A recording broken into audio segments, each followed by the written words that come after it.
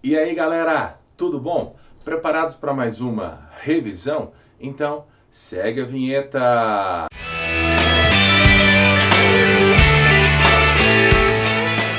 E aí, galera, hoje a gente vai falar uma aula um pouco diferente, esse visual novo, ok? Nosso assunto será sobre o período regencial. E quando a gente fala sobre o período regencial, a gente tem que lembrar alguns detalhes muito significativos dentro da história do Brasil.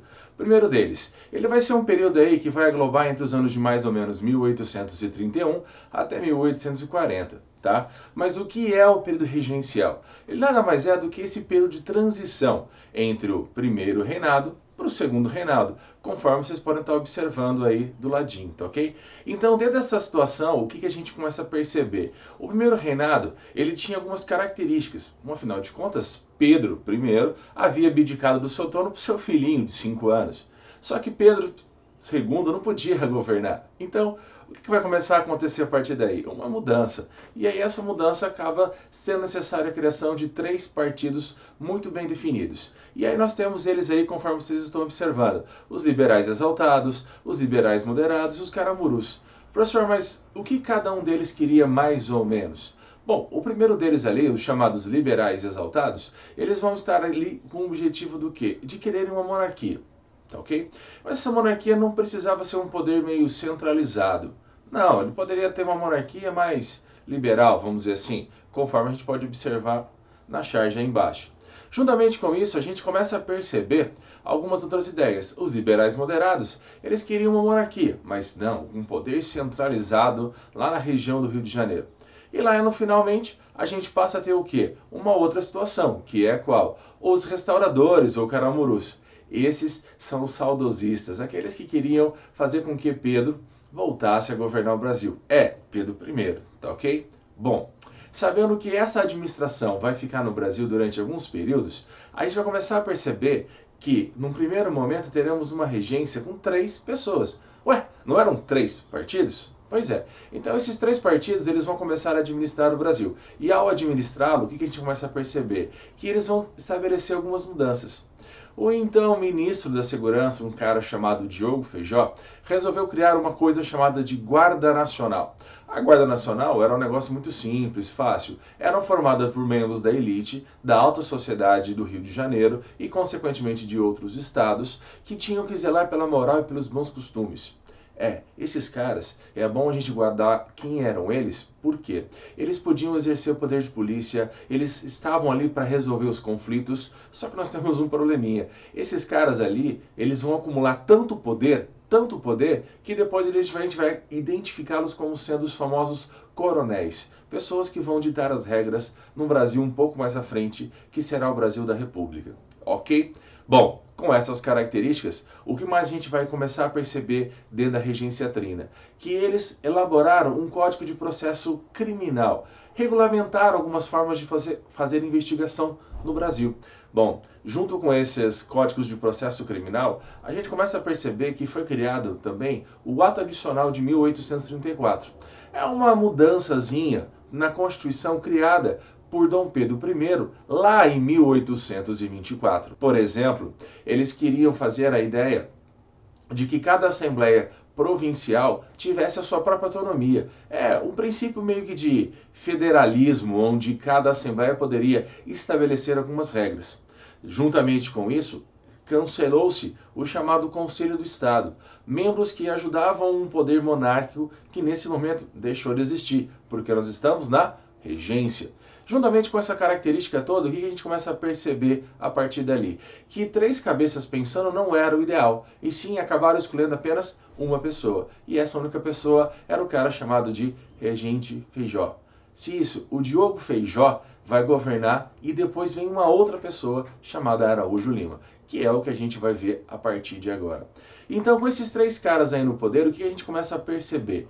O Regente Feijó, ele foi escolhido e vai governar o Brasil de 35 até 37. Nesse período aí de 2 anos no poder, o Regente Feijó, ele vai ter uma característica muito interessante. Eu não falei para vocês que eram 3 partidos? Pois é, agora a gente vai mudar isso, seremos apenas 2 partidos, chamados de progressistas e liberais. Esses 2 partidos, os progressistas e os conservadores, desculpa aí, errei. E aí o que vai começar a acontecer? Eles tinham algumas ideias um pouco diferentes, tá? E essas ideias um pouco diferentes acabaram proporcionando a eles alguma insatisfação popular. Uma revolta chamada de malês, uma revolta chamada de cabanagem e uma chamada de farroupilha. Calma, eu vou explicar cada uma delas para vocês daqui a pouquinho. Ok? Então o Diogo Feijó, ele enfrenta uma grande instabilidade no Brasil. Várias revoltas, com cujo objetivo eles queriam ter o quê? Uma separação em relação ao Brasil. Tá ok? Bom, além disso, o Brasil, por causa dessas revoltas, acabou gerando o quê? Uma crise econômica e social. A população se revolta e protesta em relação àquilo que estava acontecendo. Beleza? Sai o Diogo Feijó e entra esse outro cara aqui, o chamado Araújo Lima. O Araújo Lima, quando ele vai governar o Brasil, ele vai governar então lá de 37 até 40. Ele era um regressista. Nossa, professor, mas regressista era o quê? Ah, ele era como se fosse mais ou menos um conservador. Um cara que queria que voltasse uma monarquia e que imediatamente voltasse a ser como o Brasil era quando Dom Pedro I proclamou a independência do Brasil. O Diogo Feijó, ele renunciou ao cargo, foram feitas novas eleições e como resultado disso, o que a gente começa a perceber? Que em 1837, o grupo do Araújo Lima disse não, algumas coisas estão meio erradas a partir dali. E aí você tem a lei interpretativa do ato adicional. O Conselho de Estado volta, as assembleias provinciais perdem o seu direito de autonomia e como resultado disso, o que a gente começa a perceber? O Brasil volta novamente a caminhar para estar nas mãos de uma única pessoa. Claro que durante o governo de Araújo Lima nós também teremos algumas revoltas, como a Sabinada e a Balaiada. A primeira delas ali é uma revolta chamada de Revolta dos Malês. Quando a gente fala Revolta dos Malês, os malês eram grupos de escravos de origem africana que vieram para o Brasil, mas que eram islamizados. Lá no ano de 1835, lá na região de Salvador, esses africanos de origem escravas, eles acabaram então se organizando e começaram a promover um levante. Eles, como islamizados, queriam o fim da escravidão e, consequentemente, também extinguir o catolicismo. Professor, mas como assim? O movimento foi tão radical assim? Sim, o movimento contou com mais ou menos 600 escravos africanos que se levantaram contra os seus senhores. Mas tinha um detalhe. Por que não atingiu tanta gente a partir dali? Não atingiu tanta gente porque eles queriam obrigar todas as pessoas a se converterem ao Islã. Se você não se convertesse, teoricamente eles iriam matá-lo. E aí um X9, vamos dizer assim, dedurou isso para a Guarda Nacional, que no dia do movimento já estavam preparados para conter todos os revoltosos. Foi o primeiro levante organizado por escravos africanos no Brasil que tinham como objetivo o fim da escravidão. Essa é uma revolta que também impacta o Brasil inteiro. Por quê? É a única revolta que vai demorar 10 anos. Ela começa na região do Rio Grande do Sul e se estende até a região de Santa Catarina. No entanto, gera reflexos também na região do Maranhão e também na região de Salvador. O que a gente precisa lembrar sobre a revolta da Revolução Farroupilha? De uma maneira muito simplista, a gente vai poder dizer o seguinte: os estancieiros gaúchos que produziam carne, eles então faziam com que essa carne virasse o charque, e o charque era comercializado por todo o Brasil. Só que a carne brasileira, que vinha do Rio Grande do Sul, estava sendo altamente taxada. Ao contrário dos nossos amigos que estavam trazendo carnes da região da Argentina e do Uruguai por um valor muito mais baixo que a carne brasileira. Resultado disso, eles vão e começam a protestar. O Bento Gonçalves, junto com outros estancieiros, vão até a região do Rio Grande, onde ficava o governador da província, e falam para o cara: camarada, seguinte, a parada é muito simples. Ou você aumenta a carne argentina e uruguai e abaixa a brasileira, ou então a gente vai fazer uma revolução. O governador da província olhou e falou: ema, cada um com seus problemas. E isso acabou gerando o quê? Uma insatisfação dos gaúchos, que destronam o nosso governador da província, da região do Rio Grande. Eles vão proclamar uma república chamada de República de Piratini, ou Rio Grandense, e a partir daí começamos o levante. Os farrapos começam a se armarem juntamente com os estancieiros e também aumentam o efetivo de pessoas. Pois é, teve um certo italiano chamado Giuseppe Garibaldi que veio com 3 navios para cá lutar ao lado dos farrapos. Juntamente com isso, eles perceberam que precisavam de munições e de mais armas. E aí ficaram sabendo que em uma cidade chamada Laguna, só que agora não no Rio Grande do Sul, mas em Santa Catarina, tinha lá um grande efetivo de munições e de armas. Então ele, com os seus farrapos, acabaram tomando a região de Laguna e proclamam lá mais uma república, chamada de República Juliana. Não tem nenhum nome romanciano não. É a República Juliana porque foi no mês de julho, tá? Então foi basicamente isso. A diferença só é que o Giuseppe acabou conhecendo uma catarinense cujo nome dela chamava-se Anitta. Não tem nada a ver com a cantora do hoje em dia, tá? E aí, como resultado disso, Anitta se apaixonou por Giuseppe Garibaldi e os dois se casaram. O que importa é que a Revolução Farroupilha ela foi se estendendo pelo Brasil todo. Em 1840, nós tivemos uma antecipação da maioridade de Dom Pedro II e a revolta continua. E ela vai se estendendo, se estendendo, se estendendo, até que, com essa ideia de criar uma república com pensamento separatista, o que a gente começa a perceber a partir daqui? Começamos a verificar que isso estava começando a arriscar a estabilidade do Brasil. Então, foi enviado para a região de Farroupilha Luiz Alves de Lima e Silva, que acabou conversando com um dos líderes dos revolucionários, cujo nome dele chama-se Davi Canabarro, e acabaram assinando um tratado chamado do Tratado do Poncho Verde. Nesse tratado, eles acabaram então estabelecendo os acordos finais, que seriam quais? Os farrapos estariam ingressados dentro do governo brasileiro, ok? Ao mesmo tempo, nenhum gaúcho seria punido. Os escravos que lutaram ao lado dos farrapos também conseguiriam sua liberdade. Peraí, professor, mas você em nenhum momento falou sobre os farrapos, sobre os escravos?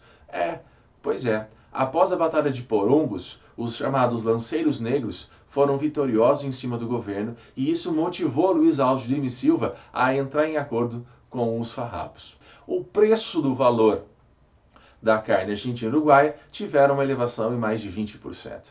Os farrapos conseguiram o seu objetivo. Lá na região do Grão-Pará, nós vamos ter uma revolta chamada de cabanagem.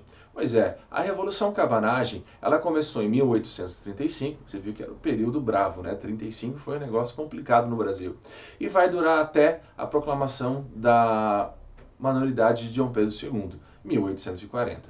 Nessa região do Grão-Pará, o que a gente passa a ter? Passamos a ter um grupo de pessoas que eram formados por nobres e por pobres. Os membros da elite, eles então tinham alguns desejos, mas a classe mais pobre, as pessoas que moravam em casas de palafitas, os chamados cabanos, por isso o nome da revolução, eles então estavam lutando contra a sua miséria e contra o descaso, querendo muito mais direitos políticos. Por outro lado, a elite que estava lá na região do Grão-Pará queriam muito mais do que eles estavam se sentindo abandonados, porque não tinham direitos a participações políticas.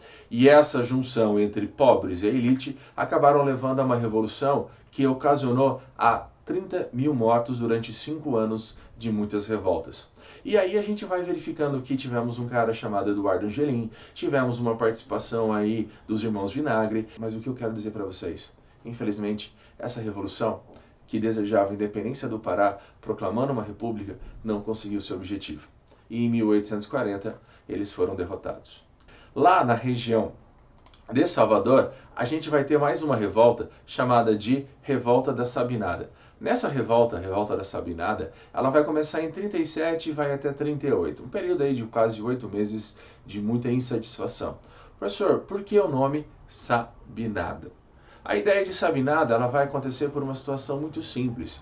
O médico chamado Francisco Sabino, que além de médico também tinha um jornal, começou a divulgar ideias contra a regência, achando que o governo estava totalmente agindo de forma errada em relação ao restante do Brasil. Ou seja, esses membros da elite eles queriam um governo não centralizado. O que era isso, professor? Eles queriam um governo em que a população toda pudesse ter uma participação política. E nessa ideia de uma participação política significa acabar com o voto censitário e, consequentemente, estabelecer uma república para o Brasil. E essa ideia de criar um governo republicano mobilizou membros da elite e pessoas comuns na região da Bahia. Resultado, tropas governamentais foram para lá e acabaram derrotando Francisco Sabino. A balaiada ela vai começar em 1838 e vai até 1841. O que aconteceu na região do Maranhão? Lá na região do Maranhão estava tendo uma grande, vamos dizer assim, insatisfação popular, novamente. E aí tudo acontece porque um cara chamado Manuel dos Anjos teve suas duas filhas violentadas por um policial. E o Manuel dos Anjos foi atrás do cara e acabou fazendo justiça com as próprias mãos. E isso acabou gerando uma perseguição em cima dele. Juntamente com essa perseguição, ele acabou se juntando a outros grupos fugitivos. E esses outros grupos fugitivos, que acabaram sendo um movimento popular, porque estava existindo uma obrigatoriedade das pessoas se alistarem no exército para lutarem contra os farrapos, juntamente com isso, um cara chamado de Negro Cosme, que era um ex-escravo, estava fazendo também a libertação de outros em fazendas. Grande quantidade de pessoas acabaram fazendo o quê? Começaram a lutar por uma república. E essa ideia de lutar com uma república acabou levando a um cara chamado Luiz Alves de Lima e Silva. É esse mesmo que a gente falou alguns minutos atrás. Ele acabou lutando contra os revolucionários na região de Caxias. E lá ele acabou saindo vitorioso. Resultado da nossa história. O Luiz Alves de Lima e Silva acabou se tornando Barão de Caxias. E que futuramente vai virar um cara chamado Duque de Caxias. Tá? Bom, pensando que as revoltas aconteceram, os progressistas e os regressistas, eles então iniciam todo um estudo para verificar como que eles poderiam antecipar a maioridade de Dom Pedro II. E aí eles começam a criar então um grupo chamado de Clube da Maioridade. E nesse Clube da Maioridade, o que eles começaram a perceber? Que para promover a unidade, para promover a pacificação e, consequentemente, para transformar com que o Brasil pudesse caminhar para uma unificação novamente, já que estava rolando uma grande quantidade de revoltas, o que se faz a partir dali? Então eles acabam tendo a desculpa dentro da Constituição para fazer com que Pedro II se tornasse imperador. Através de consulta popular, através da consulta do Senado, eles vão e acabam falando com Pedro. E aí Pedro II perguntam para ele: Pedro, você quer se tornar imperador do Brasil? E aí, como resultado disso, Pedro II diz: se for para consolidar a unidade nacional, quero já. Pedro II acaba se tornando o imperador do Brasil com 14 anos de idade. Qualquer dúvida, manda mensagem aí. Lembrando, deixa nos comentários aí o que vocês acharam desse novo formato. Se vocês preferem o antigo, se vocês gostaram desse novo formato, sim ou não, o que pode melhorar, o que está ruim, ok? Aguardo aí a participação de todos nesse momento. Valeu, aquele abraço, até!